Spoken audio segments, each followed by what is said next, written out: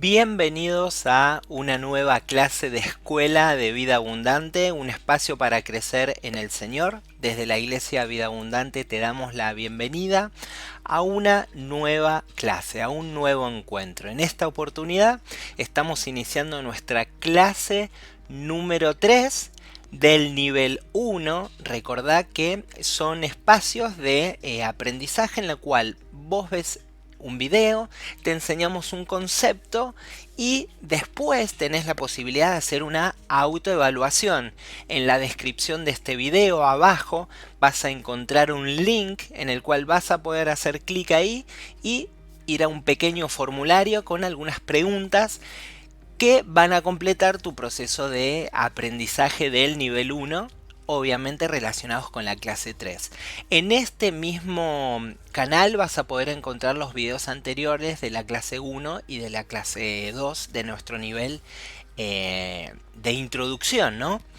Y el video de hoy, la clase de hoy, nos convoca para hablar del tema de Dios Trino, ¿sí? Suena raro, pero es un aspecto del Dios en el cual hemos elegido creer que todos tenemos que tener en cuenta y que saber, ¿sí? Bien grande, lo estoy poniendo ahí en una frase, creemos en un único Dios, único, manifiesto en tres personas distintas.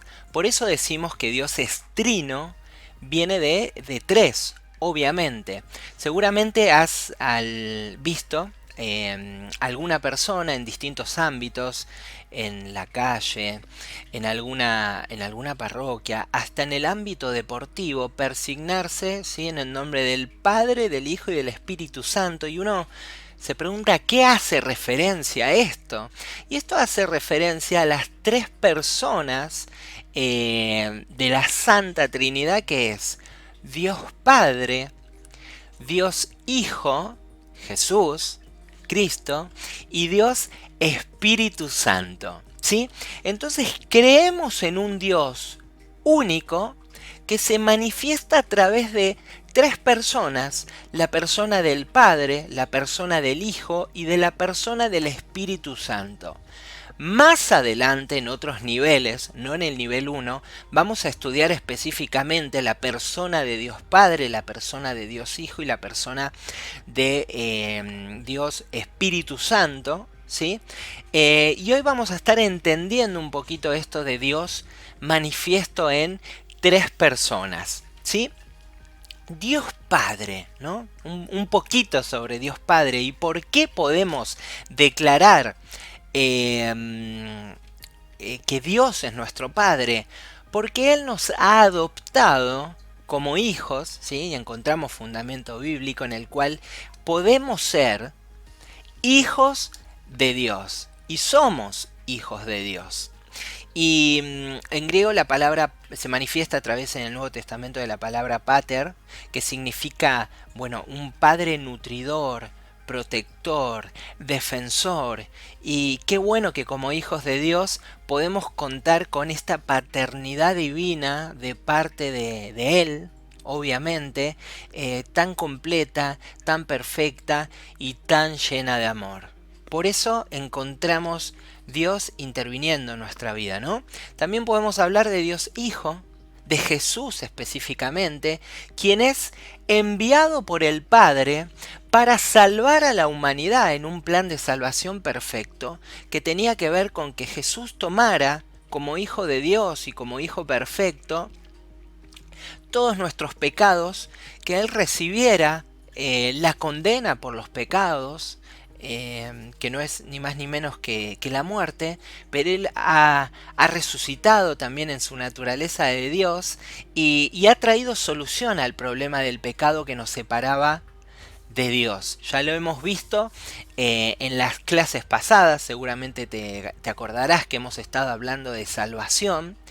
Y es una bendición contar con la persona de Cristo, con la persona de Jesús y, como no, recordar San Juan 3:16, que dice que Dios Padre, ¿sí? Dios amó tanto a la gente de este mundo que envió a Jesús su Hijo. Pero estamos hablando del mismo Dios que es completo con la tercera persona, que es la persona del Espíritu Santo, a quien Dios y Dios Padre y Dios Hijo ha enviado y con quien tenemos la posibilidad y la oportunidad de relacionarnos. Lo han enviado el Padre y el Hijo para santificarnos y guiar nuestra vida. ¿Sí? Entonces vemos que hay claramente esta división entre Dios Padre, Dios Hijo y Dios Espíritu Santo, pero a su vez creemos en un Dios como una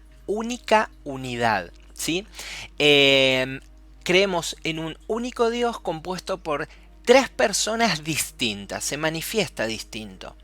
Deuteronomio capítulo 6 versículo 4 dice: escucha Israel, el Señor nuestro Dios es el único Señor. ¿Sí? Y el pueblo de Israel se distingue en creer en un único Dios, en una época en la cual muchos pueblos y naciones se caracterizaban por creer en una gran cantidad de dioses con minúscula, ¿no? E Israel se distingue de eso, porque Dios la llama como una nación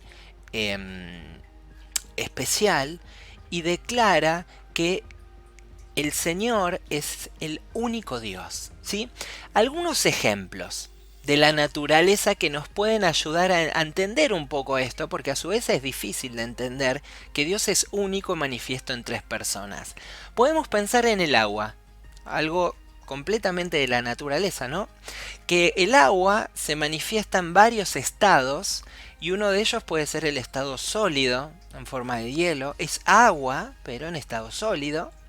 El vapor de agua es agua, pero en estado gaseoso. Y el agua como líquido, ¿sí? En estado líquido. Esos tres estados son agua, pero en estados distintos, en manifestaciones distintas. ¿Sí? También podemos pensar en la electricidad, con la cual podemos producir movimiento, en forma de movimiento, podemos producir luz y podemos producir calor, pero estamos hablando que todo viene del mismo lugar, de esa electricidad. Podemos hablar del sol, que un único sol nos da luz, nos da calor y tiene fuego, ¿no? Otra manera de visualizar esto es: imaginemos una habitación donde hay tres lámparas distintas, pero prendidas, todas aportan a a una misma luz dentro de una habitación. Y de alguna manera esto nos ayuda a entender un poco esto de Dios es uno, pero manifiesto en tres personas distintas con las que me puedo relacionar. Un único Dios formado por tres personas es una unidad compuesta, ¿sí? Podemos expresarlo así. No hay tres dioses independientes, ¿sí? Esto debemos de entenderlo. No es que son tres dioses independientes, sino que es un único Dios. Pero estas tres personas actúan en una comunión, en una unidad perfecta. ¿Sí? Y te voy a citar un ejemplo, ¿sí? Que tiene que ver con la creación, y eso es un poco de fundamento bíblico para ver la unidad de las tres personas, ¿no? Génesis 1, versículos del 1 al 2 dice: Dios, hablamos de Dios Padre, en el principio creó los cielos y la tierra. La tierra era un caos total, las tinieblas cubrían el abismo, y el Espíritu de Dios se movía sobre las superficies de las aguas. Aquí en Génesis, el primer capítulo, el primer libro de la Biblia, nos habla que en la creación participó Dios Padre y el Dios Espíritu. ¿Sí? Dos personas de la Santa Trinidad, ¿no? Y la otra pregunta es: ¿y dónde está Jesús en la creación? ¿No? Para eso tenemos que ir a otro libro, tenemos que irnos al Nuevo Testamento, al capítulo 1 del Evangelio según San Juan. Voy a leer del 1 al 3, que dice: en el principio ya existía el Verbo. Aquí, cuando dice el Verbo, se está refiriendo a la persona de Cristo, a la persona de Jesús, al Hijo de Dios, entonces podríamos releerlo y decir, en el principio ya existía Jesús. Y Jesús estaba con Dios. Y Jesús era Dios. Él estaba con Dios en el principio. Por medio de él, de Jesús, todas las cosas fueron creadas. Sin él, nada de lo creado llegó a existir. Entonces, a través de estos dos versículos, refiriéndonos al hecho de la creación, podemos ver que Dios ha sido el creador, ¿sí?, del mundo, y Dios participando desde estas tres manifestaciones como Dios Padre, Dios Hijo y Dios Espíritu Santo. Es un concepto para profundizar más. Yo te animo a que persistas en estos encuentros de capacitación, que sigas avanzando en los niveles y en las clases, porque vamos a ver después en profundidad quién es Dios Padre, quién es Dios Hijo y quién es Dios Espíritu Santo.